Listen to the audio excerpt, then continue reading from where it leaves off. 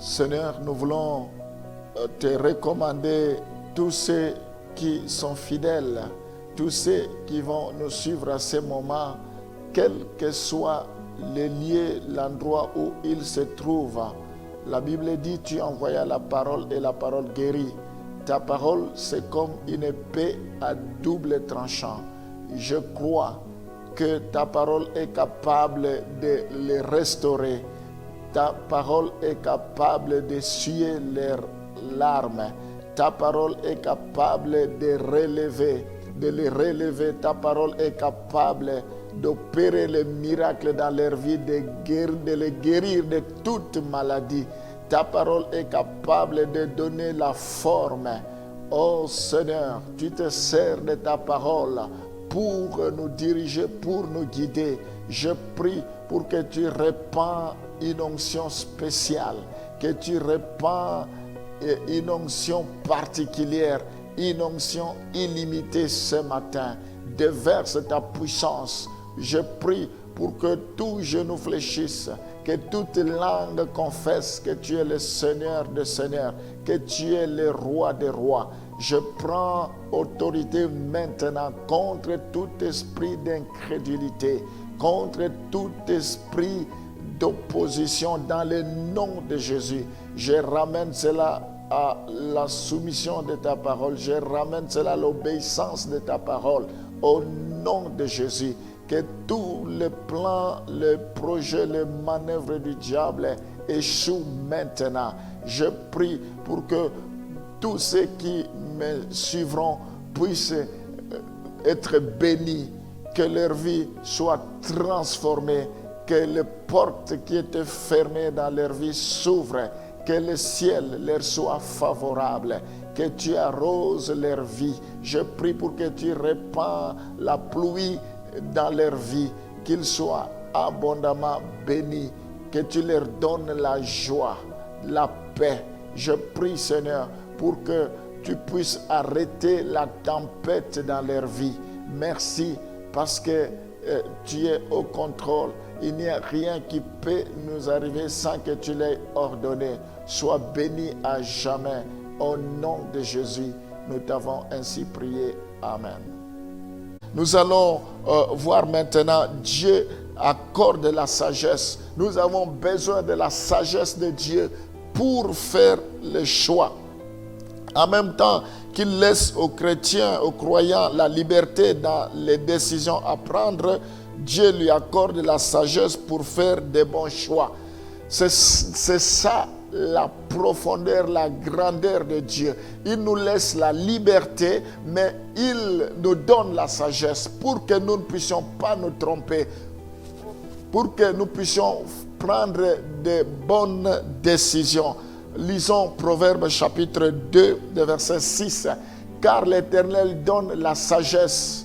De sa bouche sortent la connaissance et l'intelligence. Alléluia. Nous avons besoin de la sagesse, demandons à Dieu. L'homme ne peut recevoir que ce qui lui a été donné du ciel. Et tout don parfait vient d'en haut.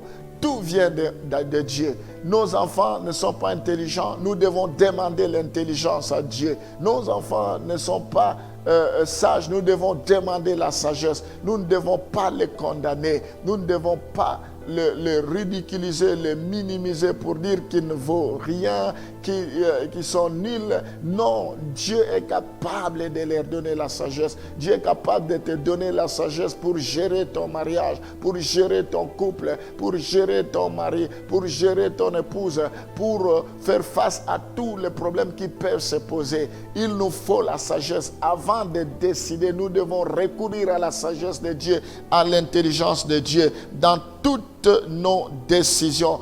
Ma prière ce matin, que Dieu déverse la sagesse divine pour que nous puissions faire de bons choix. N'agissons pas dans la précipitation. Nous devons toujours chercher la sagesse de Dieu.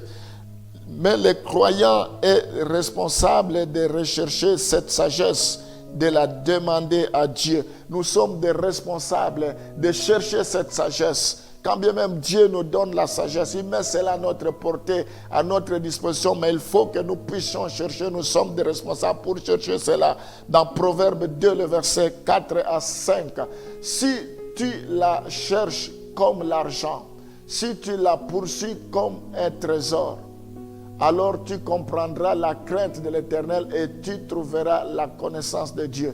Nous devons chercher cette sagesse comme nous cherchons de l'argent, comme nous cherchons de l'or, comme nous cherchons tout ce qui est précieux. C'est alors que nous trouverons cela. Il faut que nous puissions chercher la sagesse et nous en aurons. Ma prière, que Dieu puisse te donner la sagesse, que tu ne manques rien. Comme Salomon, l'homme le plus sage, que Dieu te donne la sagesse. C'est alors que tu feras de bons choix. Et nous devons chercher cela. C'est ce que la Bible confirme dans Proverbe 8, le verset 17.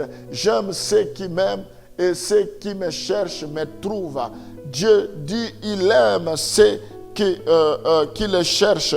Et la Bible dit, ceux qui le cherchent, le trouvent. Nous devons chercher Dieu. Nous devons l'aimer. Nous devons nous accrocher à lui. Si nous l'aimons, si nous le cherchons, il va se révéler à nous. Et Jacques chapitre 1, le verset 5, continue dans le même sens en nous disant, si quelqu'un d'entre vous manque de sagesse, qu'il la demande à Dieu, qui donne à tous simplement et sans reproche, et elle lui sera donnée. Les enfants de Dieu, nous devons être la tête et non la queue, parce que notre Dieu, c'est lui qui est le maître de toute la sagesse, c'est lui qui donne la sagesse, l'intelligence, les capacités. Nous devons demander, c'est lui qui donne la force, la puissance, la sagesse, le pouvoir.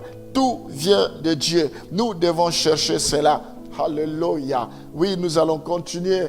La Bible nous dit dans Colossiens chapitre 1, le verset 9, c'est pour cela que nous aussi, depuis le jour où nous avons été informés, nous ne cessons de prier Dieu pour vous et de demander que vous soyez remplis de la connaissance de sa volonté en toute sagesse et intelligence spirituelle.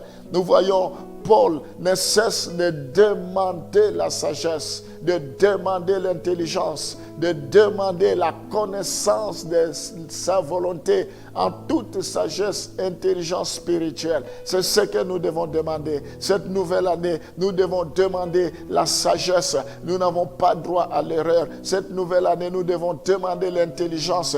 Nous devons mettre nos passions de côté. Nous devons éviter la frustration. Nous devons nous conduire selon la sagesse divine, selon l'intelligence divine, parce que c'est à notre portée. Et nous devons mettre cela en pratique. Alors, nous voulons voir, pour agir selon la sagesse, avec sagesse, qu'est-ce que nous devons faire. Avant, je vais d'abord prier pour que Dieu répande sa sagesse dans nos vies. Seigneur, je te prie de libérer la sagesse dans la vie de quiconque qui m'entend ce matin. Tu dis, demandez et l'on vous donnera. Cherchez et vous trouverez. Frappez et l'on vous ouvrira. Je demande la sagesse. Ce que tu as donné à Salomon, donne-nous plus que cela, Seigneur. Oh, tu es le Dieu de toute sagesse. Que nous soyons sages, afin de pouvoir prendre de bonnes décisions, faire de bons choix. Au nom de Jésus, que nos enfants soient sages, intelligents, pour qu'ils puissent briller, qu'ils soient des élites de demain, qu'ils soient intelligents, qu'ils réussissent dans leur scolarité, dans leurs études universitaires, dans tout ce qu'ils entreprendront. Donne-nous l'intelligence, la sagesse que tu as donnée à Belchachel pour des ouvrages. Tu leur as donné toutes sortes de capacités pour accomplir ta volonté. Dans le ministère, nous avons besoin de la sagesse, nous avons besoin de ton intelligence, nous avons besoin de la grâce dans tout ce que nous faisons comme service, tout ce que nous accomplissons comme service pour ton œuvre. Nous avons besoin de la sagesse, de l'intelligence. Remplis-nous de sagesse, remplis-nous de l'intelligence éternelle. Que cela nous soit donné au nom de Jésus. Nous t'avons ainsi prié. Amen.